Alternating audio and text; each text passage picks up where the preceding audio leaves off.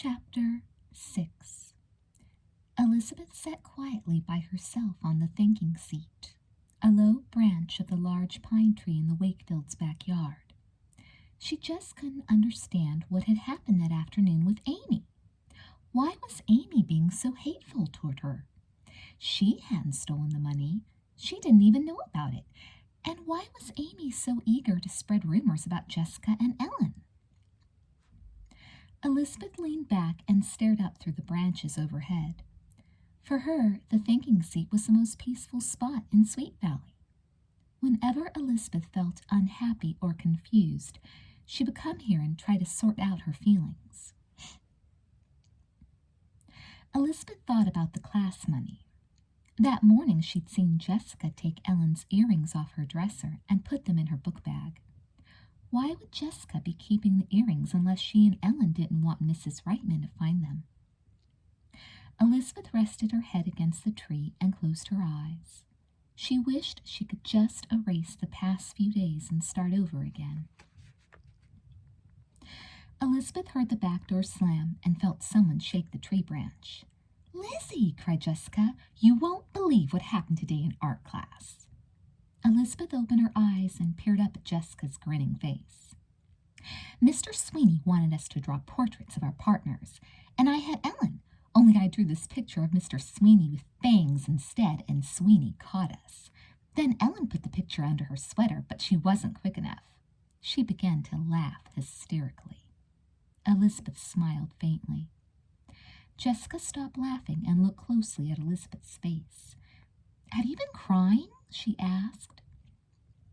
Elizabeth didn't say anything. Jessica crawled into the tree and sat down next to Elizabeth. "What's the matter, Lizzie?" she asked. Elizabeth burst into tears. "Amy quit as my campaign manager," she said. Jessica shrugged. "Is that all?" she said. "Gee, Lizzie, you had me worried there for a minute. I thought something was really wrong." She brushed her hands and started to climb back out. "Maybe Julie will help you out." Elizabeth's anger started to rise. "You don't seem to understand, Jessica," she said evenly. "No one is going to vote for me anymore." "Why not?" said Jessica. "They sure aren't voting for Peter." She laughed nervously. Something in Elizabeth's tone made her hesitate. Elizabeth clenched her jaw. She'd had enough. "No one thinks the student council treasurer should have a thief for a sister," she said through gritted teeth. Jessica's eyes opened wide. "You don't mean me?" she said incredulously. "You're the only sister I have," Elizabeth snapped. "But what did I do?" said Jessica. Elizabeth sighed. "You and Ellen stole the class money, didn't you?" she said. "Admit it, Jess." "We what?" Jessica screamed. At that moment, she realized why everyone had been staring at her and ignoring her. Jessica threw her hand across her heart. "Elizabeth, I swear I didn't take that money." Elizabeth turned away. "Elizabeth," wailed Jessica, "how could you think I'd do something like that? Your own sister? Your own flesh and blood?" Elizabeth stared stonily at her sister. "Then where did Ellen get those earrings?" she said. "And what about the Walkman? I know you're lying about finding it at the mall, Jessica. Don't deny it." Jessica swallowed. "I'm not," she said, "and I promise I didn't take the class money." "Give me a break," said Elizabeth. "Everyone in the class knows you're guilty, and I'm sick and tired of taking the blame for defending you. Why don't you just admit it?" Jessica burst into tears. "You're wrong," she said, fleeing into the house. Elizabeth wiped her eyes and stared after her sister. She heard the door slam. It's true, she thought sadly. If Jessica had been innocent, she would have defended herself. But she couldn't. Elizabeth closed her eyes and leaned back again. This was worse than any nightmare she had ever dreamed. "Mom," said Jessica, "would you please ask Elizabeth to pass the butter?" Mrs. Wakefield looked at her two daughters. Jessica and Elizabeth hadn't been talking to each other all afternoon. "Elizabeth said you're a liar, too," Stephen interrupted gleefully. I did not, said Elizabeth. Stephen, said Mr. Wakefield, let's not aggravate the situation further. He cleared his throat. Too bad you two aren't speaking, he said loudly. His eyes flashed mischievously. I've got a secret to share with you both. Jessica sat still. A secret? She stole a glance at Elizabeth. Elizabeth turned away. Jessica's curiosity was bursting. What is it? She said. Mr. Wakefield shook his head. I'm waiting for the right moment to tell you, he said. Jessica's face fell. Oh, she said, trying not to sound too disappointed. Mrs. Wakefield started to clear the table. I wish you two would tell me why you're not speaking to each other. Elizabeth pursed her lips and turned her head. As long as Jessica wasn't talking, neither was she. Stephen rocked back in his chair. I kind of like the quiet for a change, he said. No jabbering. Nice and peaceful. He leaned across Jessica and helped himself to the rest of the green beans. Jessica folded her arms and stared at Stephen. Ha ha, she said. That's so funny I forgot to laugh. She shifted around in her seat and avoided looking at either one of her parents or Elizabeth. Things were starting to look bad for her. Maybe she and Ellen would have to change their story. May I be excused, Elizabeth said. I've got a lot of homework. Certainly, said Mrs. Wakefield.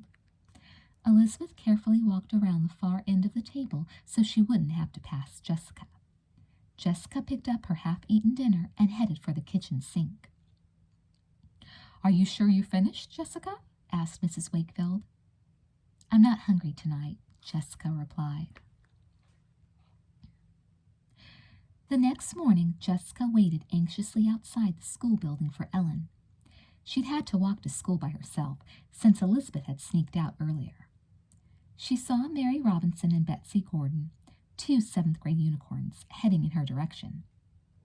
Hi, you guys, she said, waving. Mary and Betsy gave her cold stares and kept walking. Jessica's heart sank. It was true. Everyone in the whole school thought she and Ellen had taken the money. Ellen came trudging through the parking lot, wearing a long face. Jessica ran over. I can't believe this, Ellen said. You'd think I was contagious. I know, said Jessica. It's awful. She reached into her book bag. Want your earrings? She asked. No, thanks, said Ellen. I don't feel like wearing them today. When Elizabeth had walked into Mr. Bowman's room that morning, no one was there yet, not even Mr. Bowman. Elizabeth put down her things and started to do some work on the election issue. Well, well, she heard Mr. Bowman say as he entered the room. An early bird. Elizabeth looked up and smiled. Mr. Bowman was wearing his loud plaid jacket again. Amy always said it made him look like a clown. Just thinking about Amy made Elizabeth wince. What are you doing here so early? Mr. Bowman asked. I'm putting together all of the student council speeches, Elizabeth said. I've gotten every one except for Peter's. Mr. Bowman peered over Elizabeth's shoulder. Very good. He picked up a piece of paper. Yours, he said. It's not too great, Elizabeth said. Mind if I read it? Said Mr. Bowman. Okay, said Elizabeth. She pretended to fiddle around with the Ditto Masters while she waited for Mr. Bowman to finish. Sounds pretty good, he said, handing the speech back to her. You might want to add a bit about why you think you're qualified for the job. But doesn't that sound stuck up? Said Elizabeth. Not really, said Mr. Bowman. It gives people confidence to know that they're voting for a qualified person. Elizabeth nodded. Julie and Sophia burst through the door. Howdy, Mr. B, said Julie. She turned to Elizabeth. Did you see Peter's new campaign posters? Elizabeth shook her head. Julie grabbed her arm. Come with me, she said. She pulled Elizabeth into the hall. Next to Elizabeth's poster, another poster, twice as large, had been taped up. Rockin' Peter, it said, in neon orange letters. He's your man. A generous amount of glitter had been sprinkled across the top. Elizabeth looked at Julie and Sophia. Rockin' Peter? Who thought that up? Julie pointed to the other end of the corridor. Amy's working for Peter now. Elizabeth stared down the hall. She could see Amy standing next to a cute boy in blue jeans. She did a double take. It was Peter. Amy gave him a makeover, said Julie. Can you believe it? Elizabeth's jaw dropped. The brown belt and brown pants were gone. In their place, Peter had on some new jeans and a rumpled blue t-shirt that had a picture of the ocean on it. Maui, it said in big black letters. He's kind of cute, don't you think? Said Julie. I guess so, said Elizabeth. Peter and Amy started up the hall. There was a new bounce in Peter's walk, as if the clothes had somehow boosted his confidence. Vote for Peter, Amy said, as she handed out little handmade stickers with his name on them. Elizabeth watched silently. Several other people had stopped to stare as well. Hey, Pete, shouted Charlie Cashman. What happened to your clothes? Peter grinned good-naturedly. I gave them to my sister, he shot back. Charlie howled. Not bad, DeHaven, he said. Peter smiled. Are you going to vote for Peter? Interrupted Amy. She handed Charlie a sticker. Charlie put the sticker on his shirt. Sure, why not, he said. He grinned at Peter. What did you say you're running for? That day in math class, Jessica and Ellen sat by themselves in a far corner of the classroom, trying to look inconspicuous. I'm sick of everyone giving us dirty looks, whispered Ellen. Jessica peered gloomily around the room. Me too, she said. I wish we'd never found that buried treasure. Miss Weiler entered briskly. Good day, class, she said. She opened her textbook. Let's start today by going over our homework. Class seemed to drag on forever. Jessica found it hard to pay attention. Finally, the bell rang. As everyone got up to leave, Miss Weiler said, I'd like to see Jessica and Ellen at my desk, please. The room suddenly became quiet as everyone turned to them. Jessica gulped. She slowly collected her books and walked up to Miss Weiler's desk. Ellen followed. No one else in the class moved. Miss Weiler waved her arm. The rest of you can go, she said. She shuffled through her papers and acted as if nothing were the matter. Go on, class, she said. As soon as the last person left the room, Miss Weiler walked over and shut the door. She returned to her desk and sat down. I've heard something about you two in the class money, she said. It wasn't us, Miss Weiler, Ellen burst in. I swear on a stack of Bibles. Miss Weiler frowned. Then you know what I'm talking about, she said. Jessica's heart sank. Miss Weiler must think they were guilty, she thought. Ellen's right, Jessica said in her most convincing voice. We would never take the class money, never. Ellen vigorously nodded her agreement. Miss Weiler flipped through a pile of papers. I understand you both made some new purchases recently, she said. A Walkman, a pair of earrings. Jessica looked at Ellen. I found that Walkman at the mall, said Jessica, on a bench near Sweet Valley Fashions. And my aunt gave me the earrings, Ellen quickly added. My Aunt Jackie, in Michigan. She's my dad's sister. Jessica gave her a nudge to shut up. Miss Weiler nodded. I see, she said. Miss Weiler, please, begged Jessica. We're innocent, really. Miss Weiler looked at the girls. As long as you tell me that you're innocent, I have no choice but to believe you, she said. But if I find out otherwise, you'll have many, many people to answer to. Do you understand? Don't worry, Miss Weiler, said Ellen. She shoved Jessica toward the door. We're telling the truth. Jessica and Ellen closed the door behind them, and Ellen leaned against the wall. Great, she said. She didn't believe one word. I'll bet she'll even call our parents. What do we do now? Chapter 7. Later that same afternoon, Elizabeth was about to go home when she noticed the campaign poster that she and Amy had hung earlier in the week. Someone had taken a black magic marker, crossed out the words Elizabeth makes sense, and changed them to read Jessica takes sense. Not very nice, observed Ken behind her. Elizabeth turned around. I'm beginning to feel like it's my fault about Jessica. Why? Said Ken. I don't know anyone who's mad at you. Elizabeth shook her head unhappily. Amy is, she said. She quit as my campaign manager. Just then, Amy and Peter walked out of the library. When Amy saw Ken and Elizabeth together, she began talking animatedly to Peter. Who's that with Amy? Said Ken. Peter DeHaven, said Elizabeth. Amy's his new campaign manager. I guess she's trying to change his image. Ken didn't say anything. He just kept staring at them. Are you okay? Elizabeth asked. Ken shrugged. Sure, he said. He looked at Elizabeth. When are the student council speeches? The day after tomorrow, she said. She thought about her speech and how she was going to have to stand up in front of the whole school. Ken continued to stand near Elizabeth. He kept glancing over at Amy, who was laughing hysterically at something Peter said. What position is Peter running for? He asked abruptly. Treasurer, Elizabeth replied. Against me. Ken shuffled his right foot back and forth against the floor. Oh. Elizabeth took her ruined poster off the wall. Guess there's no point in leaving this up, she said. Guess not, said Ken. The next evening, Jessica was lying on her bed, listening to her Walkman and singing along with Johnny Buck. No one's been lonely as me, she crooned. Why I'm alone is life's great mystery. She sighed and stared at the ceiling. Johnny's right, she thought. She never felt so abandoned. Even the unicorns were avoiding her. She wondered if this was the way things were going to be for the rest of her life.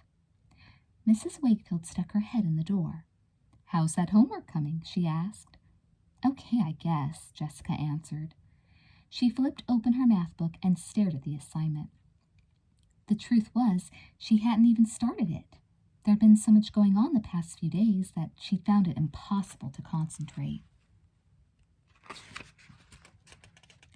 Jessica could hear Elizabeth practicing her student council speech in the next room. Hello, my name is Elizabeth Wakefield, and I'm running for treasurer, she was saying. Jessica buried her head in her pillow. She wished she could ask Elizabeth for help with her homework, but she didn't dare. Jessica heard Elizabeth get up from her desk and walk downstairs. A brilliant idea occurred to her. What if she just borrowed Elizabeth's homework without telling her? She could copy it and return it in the morning before Elizabeth ever noticed it missing. Pleased with her plan, Jessica tiptoed through the bathroom that connected her room with Elizabeth's. The coast was clear. She dashed into her sister's room, snatched the notebook off her desk, and replaced it with her own, which was identical to Elizabeth's. Seconds later, she was back in her room, copying the assignment. She didn't even blink when Elizabeth returned to her room. There was no way that Elizabeth would ever find out, she thought. The next morning, Elizabeth was up early. Student council speeches were scheduled for first period, and Elizabeth was already dreading them. She picked up her speech, read it over several more times, then stuck it inside her notebook for safekeeping. Downstairs in the kitchen, Elizabeth fixed herself a piece of toast and a glass of orange juice. She'd worn her favorite sweater, the pale blue one which showed off her blue-green eyes. "Don't you look pretty?" she heard her father say. Elizabeth smiled. He was usually gone by the time she made it downstairs. "Student council speeches are today," she said. "Ah," said her father. "Good luck." Upstairs, Jessica was still tossing and turning in bed. She'd had another restless night and dreamed for hours about the girl in the picture. Her buzzing alarm clock woke her abruptly. Jessica sat up and rubbed her eyes. She could hear Elizabeth downstairs in the kitchen. "Uh-oh," she said suddenly. "Lizzie's notebook." She reached under her bed, grabbed the notebook, and hurried through the bathroom. It only took a second to switch the notebooks, and by the time Elizabeth made it back upstairs, Jessica was already safe in her room. Elizabeth threw her things into her book bag and hurried off. "Bye, everyone," she called. "Wish me luck." "Good luck," Mrs. Wakefield answered cheerfully. Jessica smiled to herself and pulled on her sweater. Good thing she'd remembered the notebook. She was in enough trouble already. Elizabeth sat on a folding chair on the side of the auditorium stage and watched the classes file in grade by grade. Her hands nervously clutched her notebook. On the other end of the stage, she could see Amy giving Peter some last-minute instructions. Today he had on another new t-shirt. This one was bright orange and said Davy's Surf Shop on it. His looks had certainly improved, Elizabeth thought, studying him more closely. She could even detect the faint beginnings of a tan. Olivia Davidson, the presidential candidate, leaned over to whisper in Elizabeth's ear, "Peter must be taking cute pills." Elizabeth had mixed feelings about what was happening. On the one hand, it was good that Peter's image was improving, but still, she wished it wasn't at her expense. The school principal, Mr. Clark, strode onto the stage. He picked up the microphone and tapped it a few times. "Testing, testing," he said. The microphone shrieked loudly. "Okay, boys and girls," he said, "if I may have your attention, please." Elizabeth looked out at the audience and suddenly felt sick to her stomach. She'd never spoken to this many people in her life. She clasped her hands together to prevent them from shaking, and then her knees weakened instead. She tugged on her skirt and took a few deep breaths. "Nervous?" said Olivia. Elizabeth nodded. "Me too," said Olivia. "Don't worry, you'll do fine. Once you start talking, you forget about it." Elizabeth smiled gracefully. She noticed that Olivia had neatly typed out her speech on index cards. Elizabeth opened her notebook to take out her speech. She frowned and flipped through the pages. And then she panicked. "I put my speech in my notebook this morning. Where is it?" Mr. Clark was speaking to the audience. "We'll start the speeches by hearing from the presidential candidate." Elizabeth searched through her notebook a second time. Where was her speech? She began to get desperate. "It has to be here," she thought. She reached behind her chair and rummaged through her book bag. It wasn't there either. Olivia got up and walked to the podium. The audience became quiet. Elizabeth saw all those staring faces. Her mind was a blur. What was she going to do? What was she going to say? There was no time to write it down again. She'd just have to remember what she could. She heard Mr. Clark announce the next candidate, and then the next. Finally, she heard him say Peter's name. That meant she was next. Elizabeth looked at the clock. Maybe the bell would ring and she'd have to wait until tomorrow to give her speech. She squeezed her eyes shut and prayed that Peter would take his time. From behind the stage came the sound of very loud rock music. Elizabeth saw Amy standing in the wings, operating a record player. At that moment, Peter burst through the curtain wearing dark sunglasses. To the beat of the music, he said, "I'm Rockin' Peter, and I'm here to say, if you vote for me, you'll do okay." Elizabeth's jaw dropped. This was Peter's speech? The audience started to clap and cheer, but Peter wasn't finished. He spun around and bent the mic to the ground. "I want to help, you bet I do, so if you vote for me, I'll see you through. I'm Rockin' Peter." He leaned backward until it looked like he was going to fall over, and then he hopped across the stage. "Go, Peter!" someone shouted. 2 sixth-grade boys stood up on their chairs and whistled. Elizabeth watched in amazement. Peter was really good, and funny, too. The audience loved him. Peter fell to his knees. "I'll watch your cash, I'll guard your stash," he was saying. He bounced across the stage again, this time on his knees. Elizabeth recognized a few of the boosters' moves and saw Amy signaling directions from off stage. So this was what she and Peter had been up to. She couldn't help being impressed, even though she knew it was going to make things much worse for herself. Finally, the song was finished. It took forever for the audience to calm down. Elizabeth kept looking at the clock and hoping that the bell would ring, but when Mr. Clark finally took the microphone, there was just enough time left for her to do her speech. Mr. Clark wiped the tears from his eyes. "Well," he said, "I can't remember when I've laughed so much in a campaign speech." He cleared his throat and the audience grew quiet. "We have one more speech scheduled for today," he said. "The other candidate for Student Council Treasurer is Elizabeth Wakefield." Elizabeth gulped and walked slowly to the podium. How was she ever going to follow Peter's act? She looked out at the sea of faces and smiled weakly. "I'm Elizabeth Wakefield, and I'm running for student body treasurer," she began. The audience stirred restlessly. A big knot started to form in Elizabeth's throat. It just wasn't fair. "I think you should vote for me because—" her voice quavered.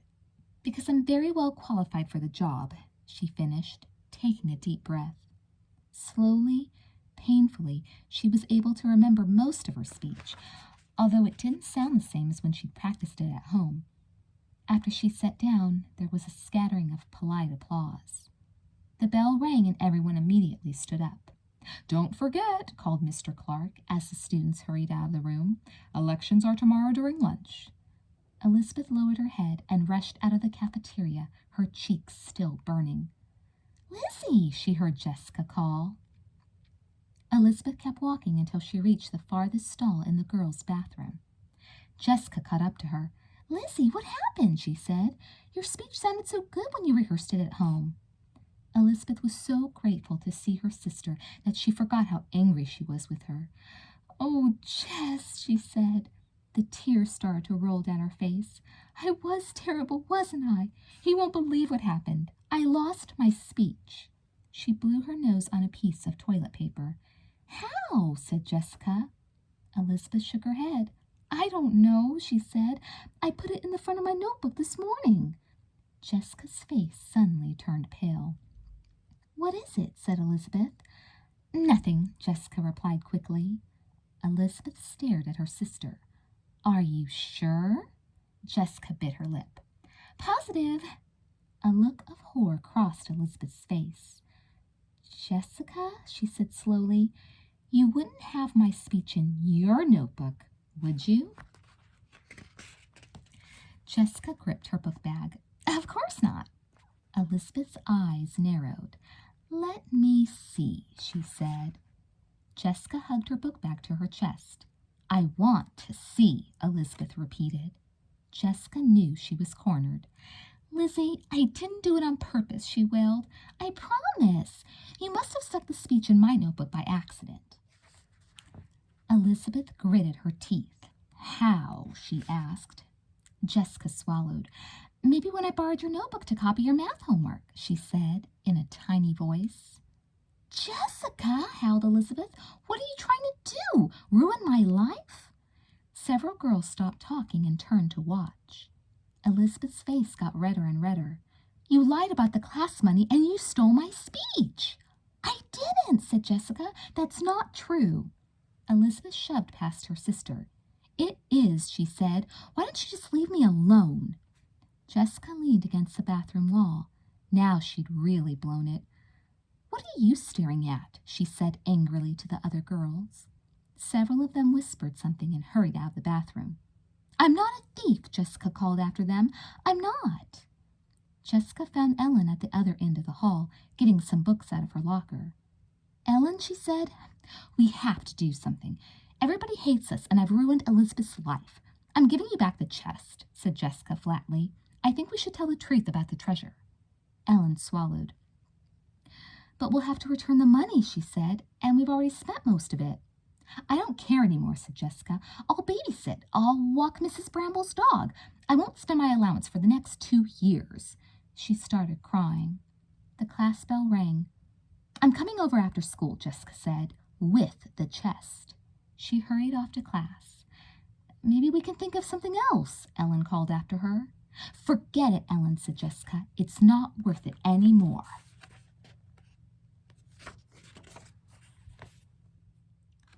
Chapter 8. Peter and Amy were having a hard time maneuvering their way through the crowded hallway. Every time they managed to gain a few feet, someone else came over to congratulate them. Now, as they worked their way toward their classrooms, Amy saw Jerry McAllister approaching. "Good work, DeHaven," said Jerry. He gave Peter a friendly slap in the back and pulled out his ballpoint pen. "Watch this." He put the pen up to his mouth like it was a microphone. "Rock, rock, rock, rockin' Peter," he crooned into his pen. Peter grinned. He felt someone else tugging on his arm. "You were fantastic," said Janet Howell. "I didn't know you were so talented." Thanks, he said. Amy stood protectively by his side. Did you want something, Janet? She asked. Janet gave Peter a big smile, the one all the unicorns used if they wanted something. I just had the best idea, she said. I think Peter should perform with the boosters at our next game. Her smile broadened. What do you think, Peter?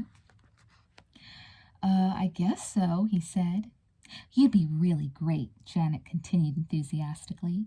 We could have you do some of the cheers with us. Maybe we could even get you a special uniform. That's really nice of you, Janet, interrupted Amy. But don't you think you're being a little hypocritical? What do you mean, said Janet. Only a few days ago you were making fun of Peter, said Amy. Janet's face turned red. That was before this, she replied in a huffy voice. Oh, said Amy, I see. Peter coughed. I'd like to perform with the boosters, he said. It sounds like fun. Janet beamed at him. Oh, good, she said. Then it's settled. As she walked away, she glared at Amy. Those unicorns are so two-faced, muttered Amy. Peter shrugged. I guess that's the way some people are, he said. He quietly opened his locker and exchanged his books. Thanks for helping me on my speech, he said, closing the door. Those cheers really helped. That's okay, said Amy. It was your talent that pulled it off. Peter nodded thoughtfully. Why did you switch from Elizabeth to me? He asked suddenly. I thought she was your best friend. Yes, said Amy. Her feelings must be hurt, Peter added. I'm sure she'll recover, said Amy, turning away. I always wanted a best friend, Peter said quietly. He stared at his new shoes. Maybe now things will be different. A wave of guilt swept over Amy. Maybe she had been a little mean to Elizabeth. And what about Peter? Hadn't she been just as bad as everyone else about making fun of him behind his back? The only reason she'd taken a real interest in him was to make Ken jealous. What sort of a friend did that make her? I've got to go, Peter, she blurted. Amy's next class was cooking, and her partner was Ken. When she walked into the classroom, she was surprised to see Julie sitting next to Ken. They appeared to be having a serious conversation. As Amy approached her seat, Julie stood up. Sorry, she said. Ken and I were just talking. Amy watched Julie leave. Hi, she said to Ken. Hi, said Ken. He bent over the comic book he was reading. How have you been? Said Amy. Ken didn't even look up. Okay, he replied. Amy's heart sank. What was the matter with Ken? Wasn't he supposed to be jealous? Why wasn't he happy to see her? For the rest of the class, Ken barely paid attention to Amy. She started to feel guilty about all her scheming. What had she done wrong? After the final bell rang, Amy headed for Mr. Bowman's room. The election issue of the Sweet Valley Sixers had to be run off and stapled before tomorrow. Just in time, said Mr. Bowman as Amy came through the door. For what? Said Amy. She noticed Elizabeth standing over Mr. Bowman's desk. Her eyes were red and puffy, as if she'd been crying. I'd like you and Elizabeth to go to the supply closet in the faculty room and bring me 2 more boxes of mimeograph paper, he said. Here's the key. Silently, the 2 girls walked down the hall. When they reached the supply closet, Amy fiddled with the key for several seconds before managing to unlock it. After you, she gestured politely. No, you go ahead, said Elizabeth. Amy fumbled with the light switch and then stepped inside. The supply closet was actually a small room that had been lined with shelves from floor to ceiling. A lot of extra school supplies were kept there. I don't suppose you know where the mimeograph paper is, said Amy. Mr. Bowman said it's on the left side of the closet near the floor, Elizabeth replied. There was a strained silence as the girls bent down to look. I found it, Elizabeth said finally. She started to pull out the boxes. Outside, in the faculty room, Mr. Neidick, the social studies teacher, had come in to put up a sign about a teacher workshop. He noticed the door to the supply closet open and frowned. Someone being careless again, he grumbled. He tacked up his sign and then walked over to the closet. With a loud grunt, he flipped off the light and slammed the door shut. People should be more careful, he said as he turned and left the room. Inside the closet, Amy and Elizabeth suddenly found themselves in the dark. Hey, said Amy, what happened? Elizabeth groped across the floor. Someone must have thought there was no one in here, she said. She managed to find the light switch and turn it back on. She reached for the doorknob and tried to twist it. Uh-oh, she said. Amy hopped up. Here, I have the key. Elizabeth looked at her. There's no keyhole on this side, she said. There has to be, said Amy.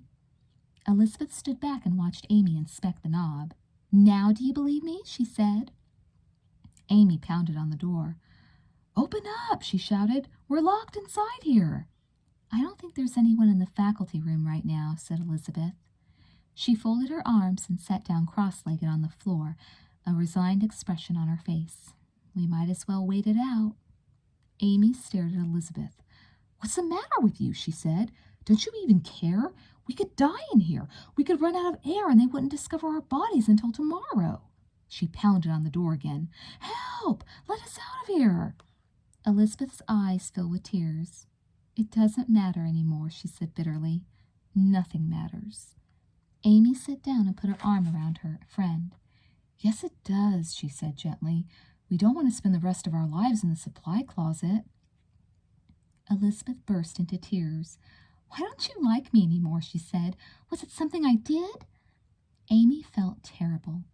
Peter was right. She had hurt her best friend's feelings. How would she ever make it up to her? Elizabeth, I'm sorry, she said. I didn't mean it. I wasn't thinking.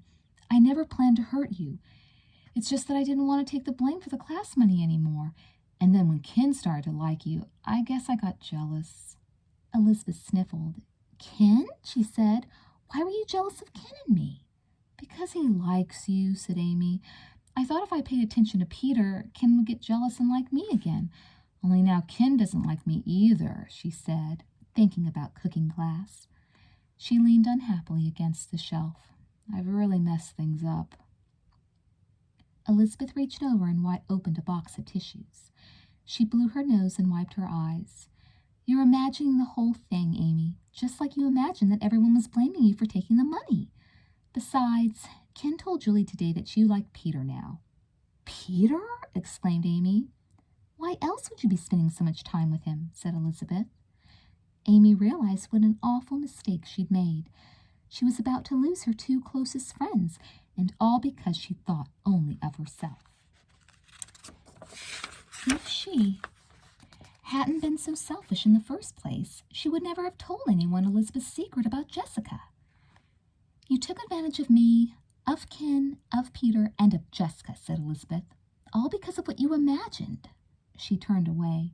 And now Peter is probably going to win the election, she said finally. Not that he doesn't deserve it, she added. I thought your speech was very good, said Amy. Elizabeth made a face. What speech? She said. It was sitting in Jessica's notebook the whole time. It sounded good to me, said Amy. I liked when you told about your qualifications. You did? Said Elizabeth. Amy nodded.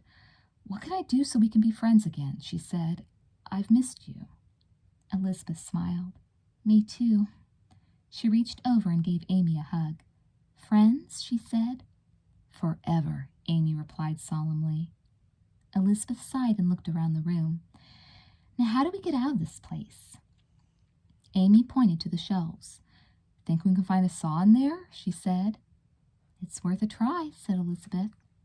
The two girls immediately began digging through the shelves. I guess there's not much need for a saw in middle school, observed Amy after several minutes. What time is it? 4:15, said Elizabeth.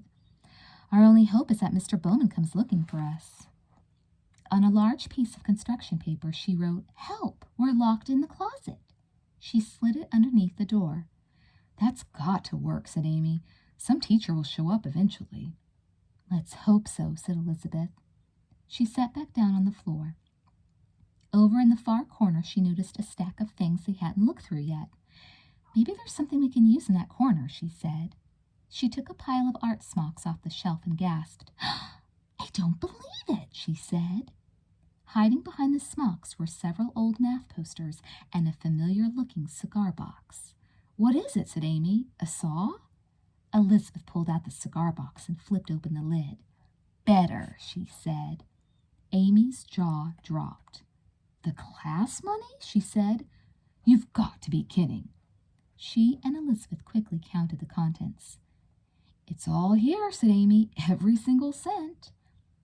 Miss Weiler must have accidentally stuck it there when she was putting away these posters, cried Elizabeth. And then it got buried behind the art smocks, Amy added.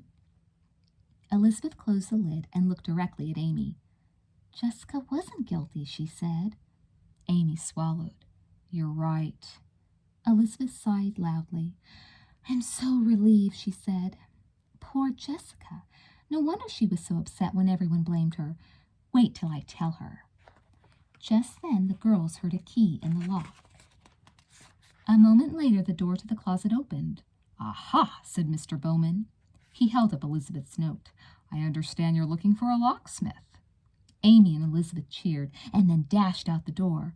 Fresh air, shouted Amy. Thank you, Mr. B. You saved our lives. I wouldn't go that far, said Mr. Bowman. Still clutching the cigar box, Elizabeth said, We need to talk to Miss Weiler right away. It's an emergency.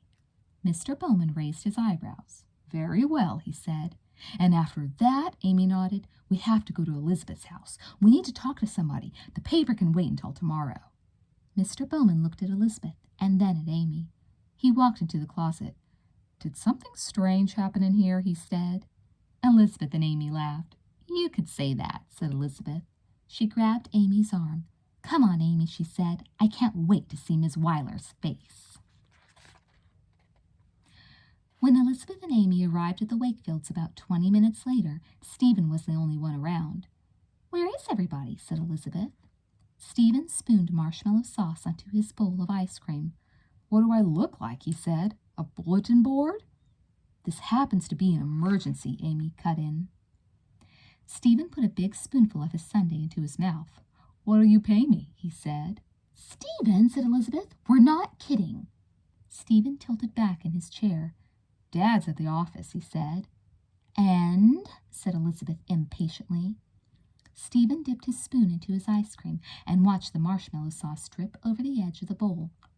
Mom said something about going to school to talk to one of Jessica's teachers.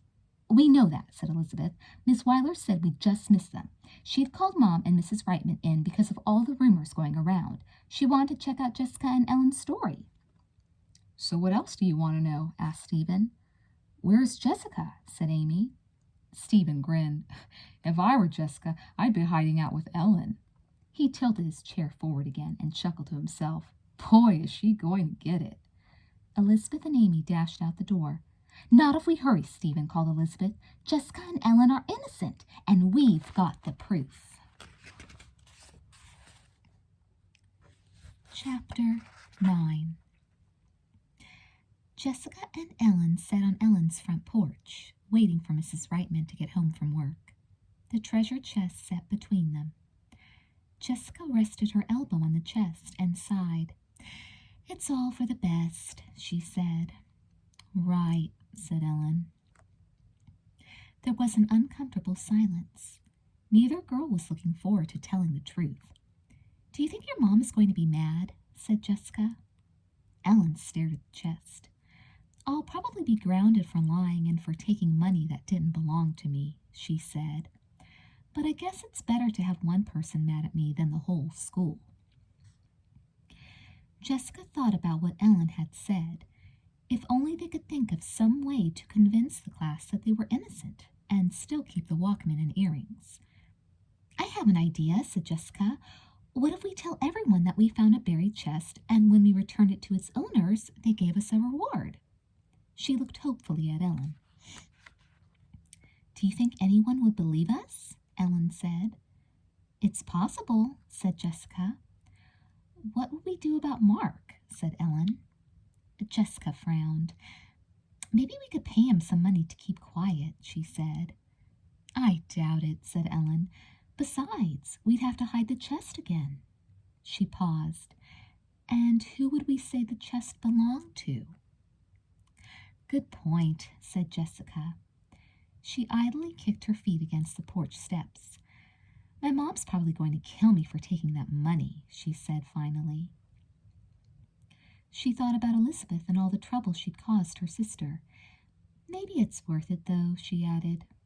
She stared off into the distance and saw a young woman walking up the street. Jessica turned pale. "What is it?" said Ellen. The woman was closer now. She had dark hair and was very beautiful. She gazed at them and started in their direction. "It's her," Jessica gasped. "The girl in the picture." Ellen watched in disbelief. "No," she said. "It can't be. She would be old now." Jessica's eyes grew wide. "Ellen," she said, "it's her ghost. She's come to get her things." She grabbed Ellen's arm. Ellen leaned forward and strained her eyes. "Are you serious?" she said. "It's exactly like my dream," Jessica replied earnestly. "I knew we shouldn't have taken that money. Now she wants it back." Ellen stared at the figure moving silently up the street. She did look a lot like the photograph. Ellen moved closer to Jessica. "Can't we do something?" she whispered. Jessica continued to squeeze Ellen's arm. "Go away," she called in a thin voice. "We didn't mean to take your money. Honest, we didn't." Jessica had never felt more sorry. She was sorry she'd lied, sorry she bought the Walkman, even sorry she knew Ellen Reitman. "We'll never do it again," Ellen added. "We promise." The ghost kept walking. She reached the bottom of the Reitman's driveway, stopped, and then continued up the walk. A faint smile crossed her lips. "The chest," Jessica said under her breath. "Maybe she wants the chest." Ellen grabbed the treasure chest and shoved it toward the ghost.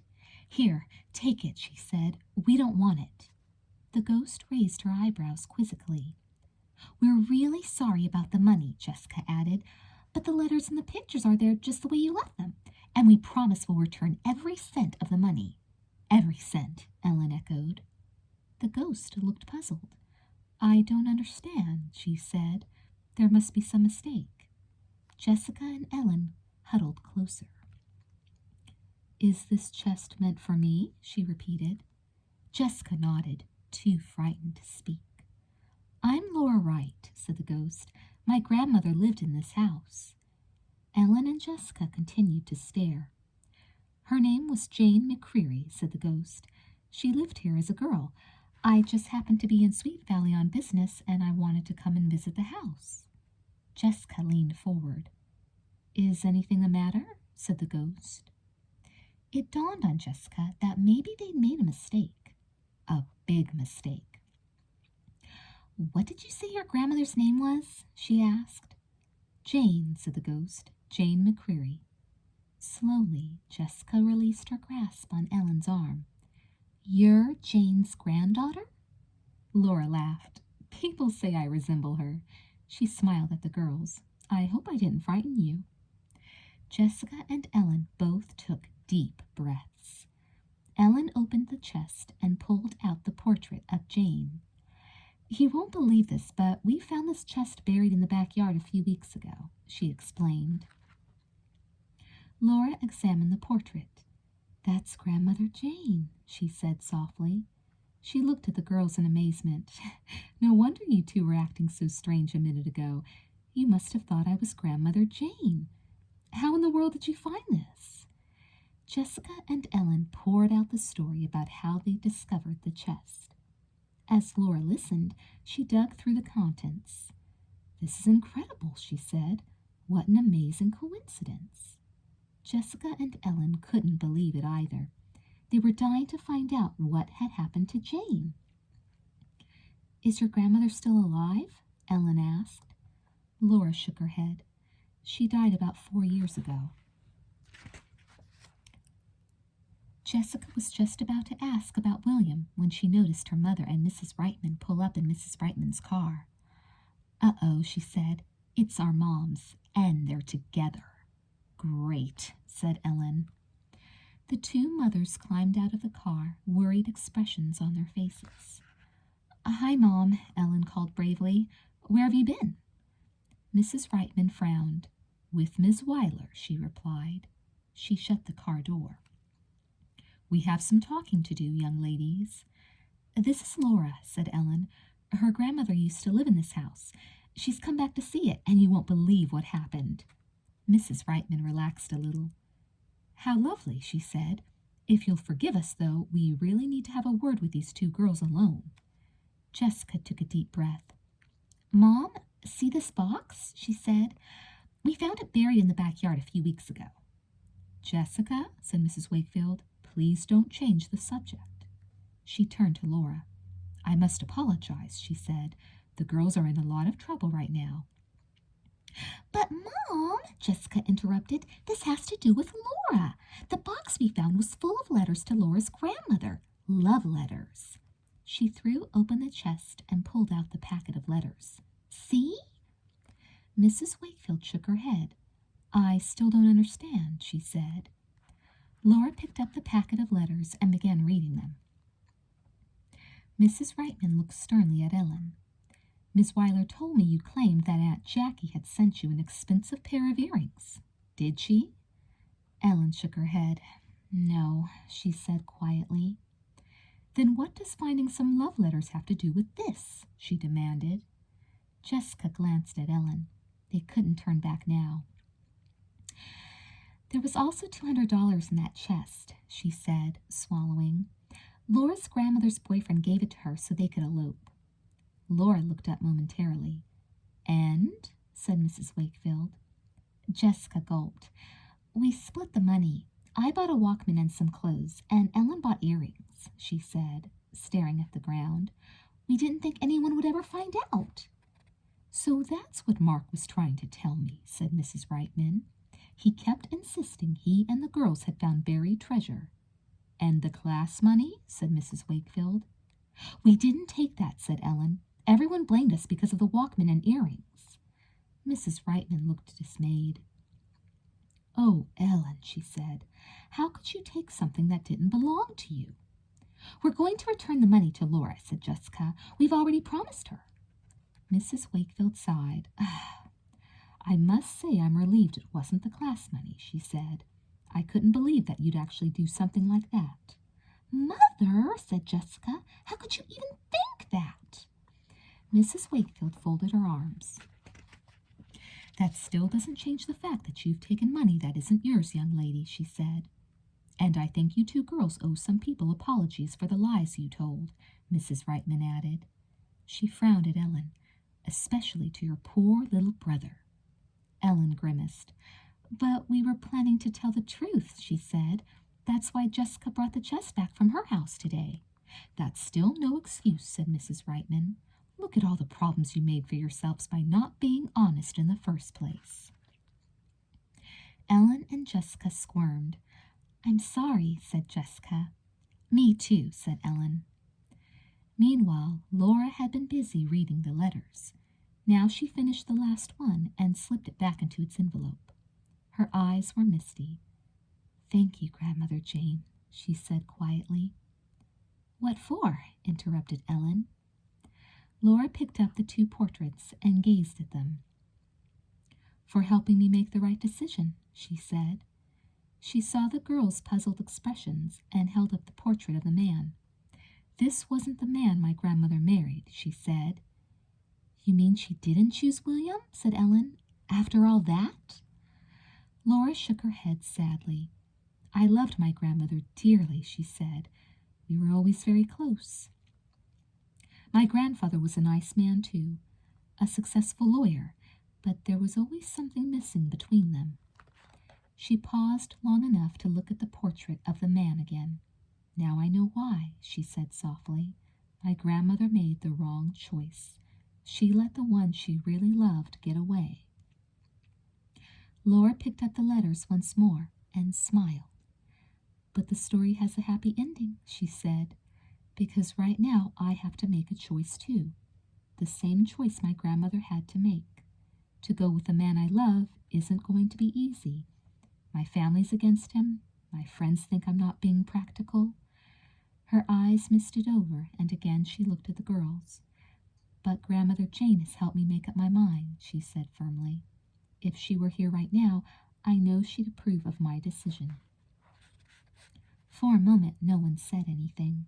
Then Jessica sat down on the steps and hugged her knees. "How romantic," she said with a sigh. "A perfect ending," Ellen said. She tried to imagine Laura's boyfriend. He was probably very handsome.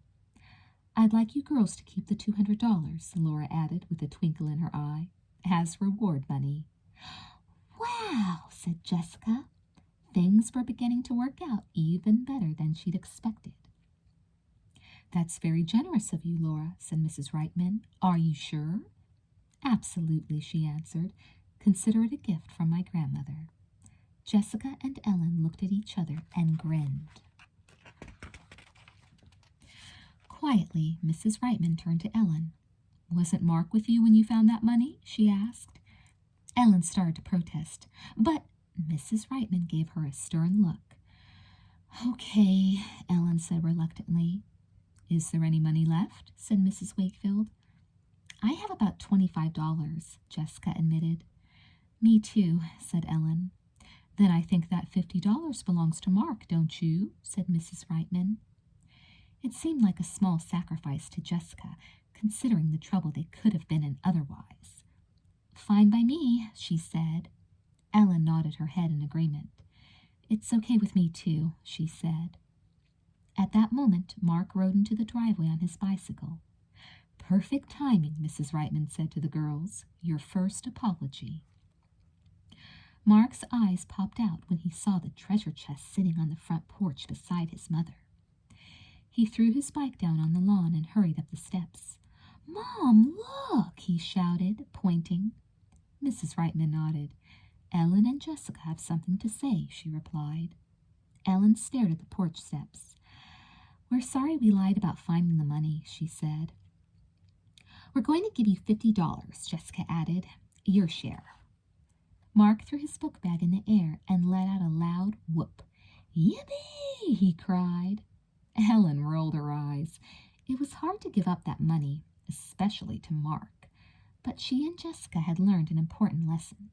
She decided right then and there that no matter what, she'd never do anything dishonest again.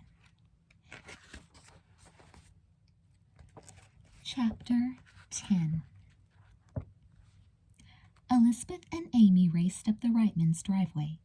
"Mom, Mom," Elizabeth called. "Don't get mad at Jessica. It was all a big mistake. Amy and I found the class money." "We're serious," said Amy, panting from running so fast. "Call Miss Weiler if you want. We just gave it back to her." "You what?" said Mrs. Reitman. "We found the money in the supply closet," Amy repeated. Jessica could hardly believe the news. "You see," she said triumphantly, "it wasn't us. That proves it." Elizabeth rushed over to her sister. "Jess, I'm really sorry," she said. "I should never, ever have doubted your word. Will you forgive me?" Jessica stared stubbornly at the ground. She'd really earned that apology, and she wanted to drag it out for as long as possible. "Maybe," she said in an offended tone. "Please?" said Elizabeth. "You hurt my feelings a lot," said Jessica. She looked up and saw her mother watching her. "But I guess I can forgive you," she added hastily. "And I'm sorry too," said Amy. "I spread the rumor about you and Ellen taking the money because I thought everyone was blaming me." "We accept your apology," said Ellen. Elizabeth looked around the porch and suddenly noticed the stranger. "This is Laura," said Mrs. Wakefield. "Perhaps Jessica and Ellen should tell you the rest of the story." As the two girls explained about the chest, Amy and Elizabeth listened in amazement.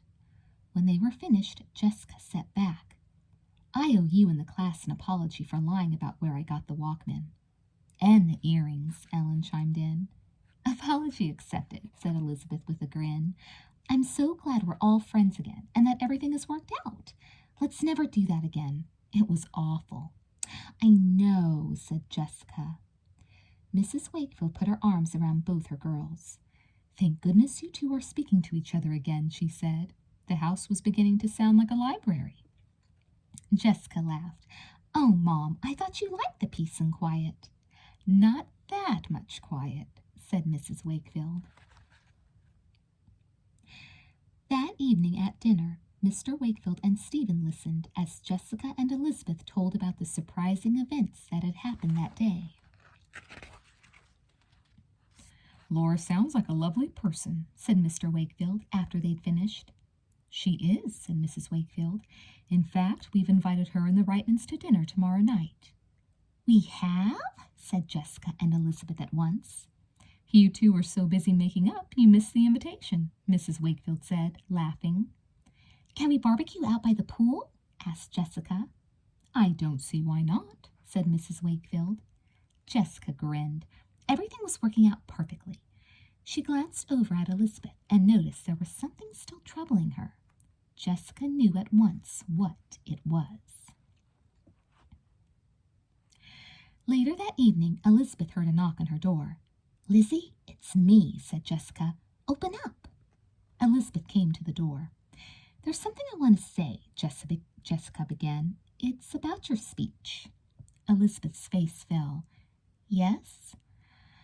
I just wish there were some way I could make it up to you," Jessica blurted. "I've been thinking, how about if I make an announcement over the loudspeaker about you?" Elizabeth's eyes grew wide.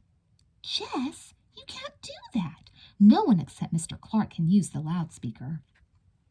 "Well, what if I sneaked into the office, tied up Mr. Clark, and then grabbed the mic?" Jessica said, trying to sound as serious as possible. Elizabeth clapped her hand over her mouth and gasped. Then she realized that Jessica was only joking and broke into a howl of laughter. "Tie Mr. Clark up?" Elizabeth gasped, holding her stomach. Every time she looked at Jessica, she cracked up all over again. "You're too much, Jess," she said finally. "What a crazy sister." "I was only trying to help," Jessica replied. "Thanks, but no thanks," Elizabeth giggled. She leaned her head forward and grinned mischievously. "I'll tell you what you can do," she said. "What?" said Jessica. Elizabeth playfully hit Jessica over the head with her pillow. "You can find my green sweater that you borrowed 2 weeks ago and never returned," she laughed. "If I'm going to lose, I might as well lose looking good." The next morning, Amy waited anxiously outside school. As soon as she saw Ken, she hurried over. "Did you hear the news?" she said. "Elizabeth and I found the class money in the supply closet." "You're kidding," said Ken. Amy nodded and continued walking with Ken. "It was all a big mistake," she said. "Ms. Weiler misplaced it. Jessica and Ellen had nothing to do with it." "That's great," said Ken. "I guess that means we get to go to Disneyland." Amy took a deep breath. "I'm sorry I've been such a bad friend," she said. "It isn't even worth it to tell you why I was acting that way. I just want to apologize." Ken stopped. "Really?" he said. "Really," Amy replied. Ken picked up his pace. "Are you coming to the game this weekend?" "The boosters are cheering," said Amy. "Maybe we can go out afterward for ice cream," said Ken. Amy's eyes lit up. "Okay," she said. She remembered something else. "Can I invite a friend?" Ken's face fell. "Who?"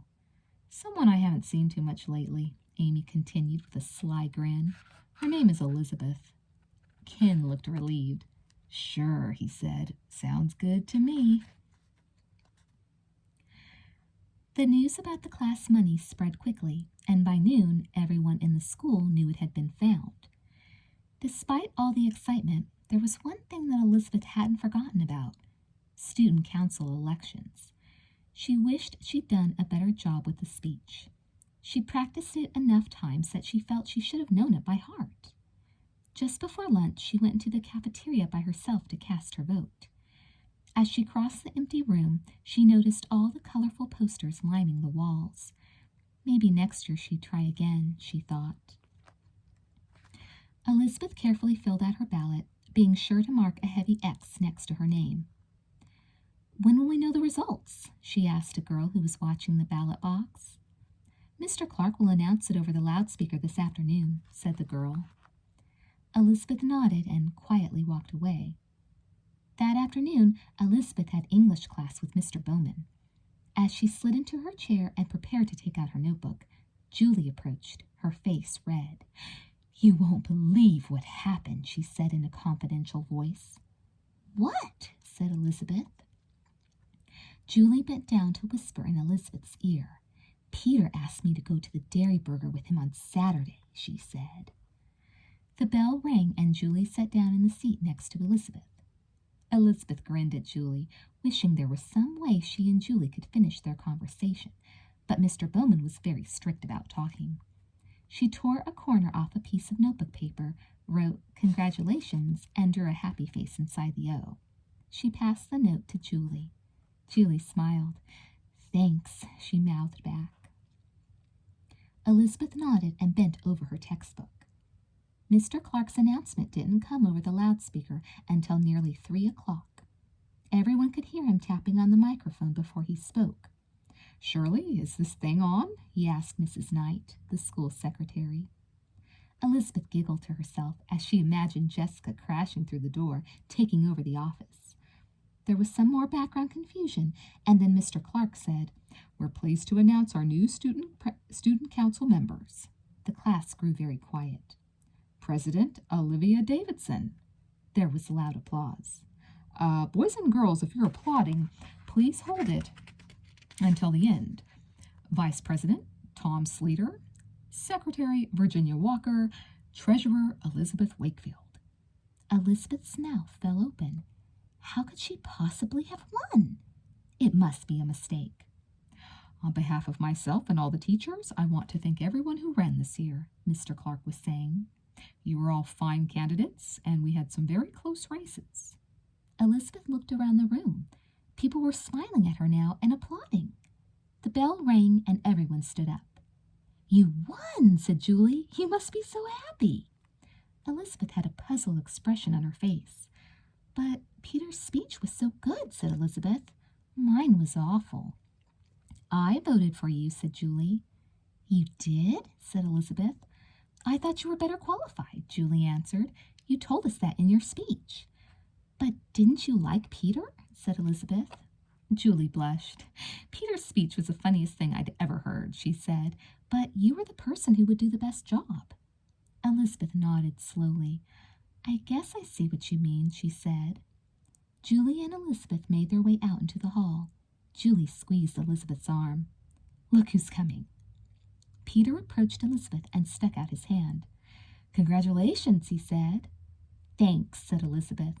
Julie stood awkwardly at Elizabeth's side. "Where are you going?" he inquired. Julie looked at Elizabeth. My house," said Julie quickly, "to celebrate. Want to come?" "Sure," said Peter. Amy came crashing down the hall. "Elizabeth," she squealed, "you won!" When she saw Peter standing there, she stopped. "It's okay," said Peter. "If my best friend won, I'd be happy too." "You're right," said Amy. She slapped Elizabeth on the back. "All right, Elizabeth," she said. "We're just going over to my house to celebrate," interrupted Julie. "Want to come?" Amy grinned. "Sure," she said. "Your mom makes the best chocolate chip cookies in the world. Let's go." Laughing and joking, the four friends headed out the door. Later that evening, Jessica was busy helping Mrs. Wakefield set the table for their dinner guests. As she raced around the patio, she listened to a toy car on her Walkman. Be mine," she sang loudly as she tossed down the forks and spoons. "Jessica, be careful," shouted Mrs. Wakefield from the other room. Jessica nodded and spun around. She had a good reason to be in such a great mood. Laura had called that afternoon to say that after she told her boyfriend her decision, he'd decided to drive down from his home in San Francisco to spend the weekend with her. He'd be joining them for dinner that evening. Jessica was ecstatic.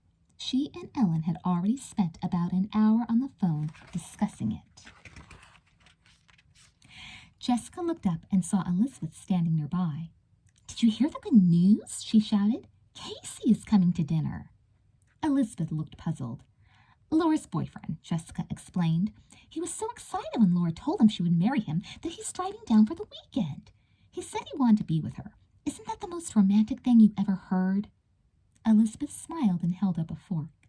She said something Jessica couldn't hear over the noise of her Walkman. "What?" said Jessica, pulling off the earphones. You put 2 forks at Casey's place, Elizabeth said. He's going to have a tough time with his steak. Jessica looked horrified. Thank you so much, Lizzie, she said. I would have been so embarrassed. The doorbell rang, and Jessica shrieked. It's them! They're here! She and Elizabeth both raced for the door and threw it open. Their faces fell.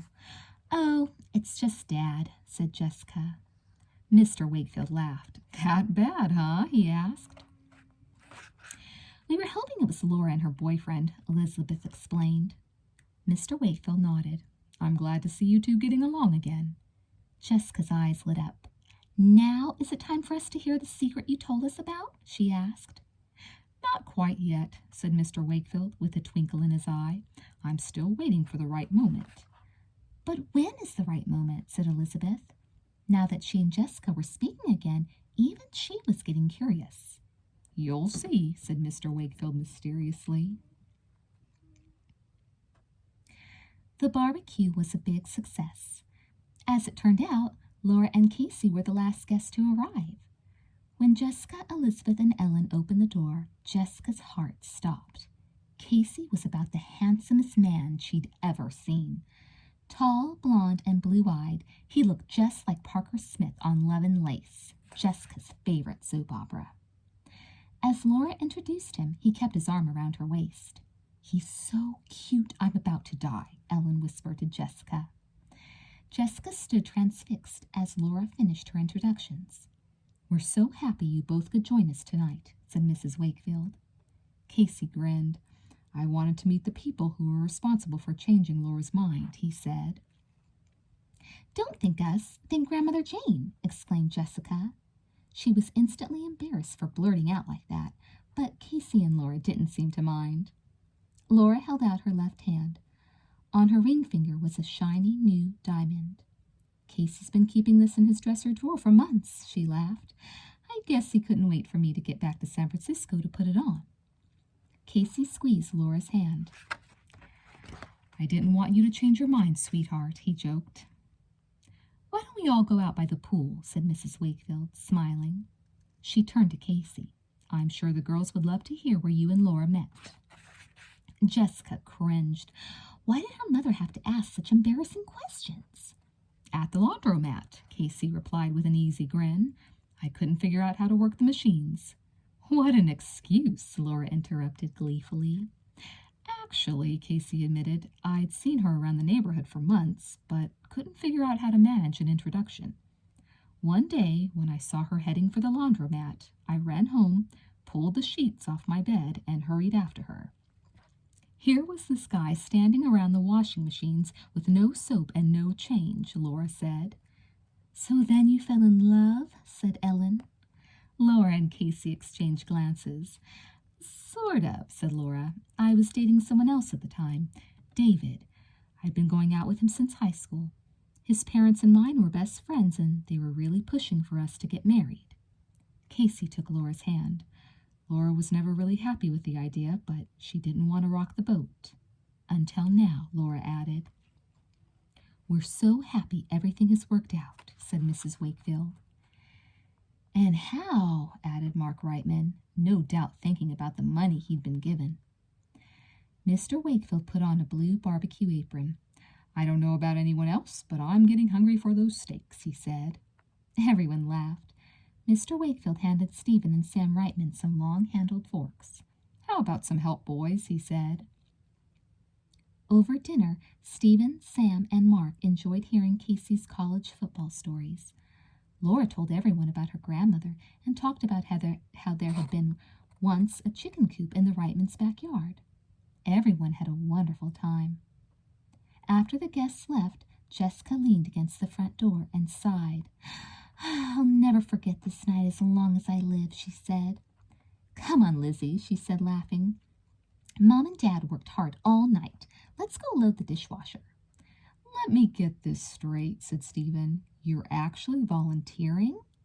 Jessica sniffed and stuck her nose in the air. What's so strange about that? She asked. Elizabeth put her arm around Jessica. Yeah, Stephen, she said. What's so strange about that? Mr. Wakefield picked up a sponge and threw it at Stephen. Come on, son, he said. If the girls are doing the loading, you can wipe down the counters." He grinned at Elizabeth. "You can help the new student council member in the family." "That's right," said Jessica. She spun around and pointed to Elizabeth. "That's my twin." She turned to face her father. "Now can we hear your secret?" she asked. Mr. Wakefield laughed. "What did I tell you?" "You're waiting for the right moment," the girls said in unison. Mr. Wakefield nodded. "Exactly," he said, "and this isn't it." Jessica carefully rinsed off a dinner plate and handed it to Elizabeth. What in the world could the secret be? She peeked over at her father again, but he was already busy putting away the grill. Jessica handed the last dish to Elizabeth and dried her hands with a dish towel. Maybe her father would even tell them tonight or tomorrow. Jessica gave an excited little skip across the room as she imagined the far-off exotic place where her father was bound to be taking them. What is Mr. Wakefield's secret? Find out in Sweet Valley Twins number 12, Keeping Secrets.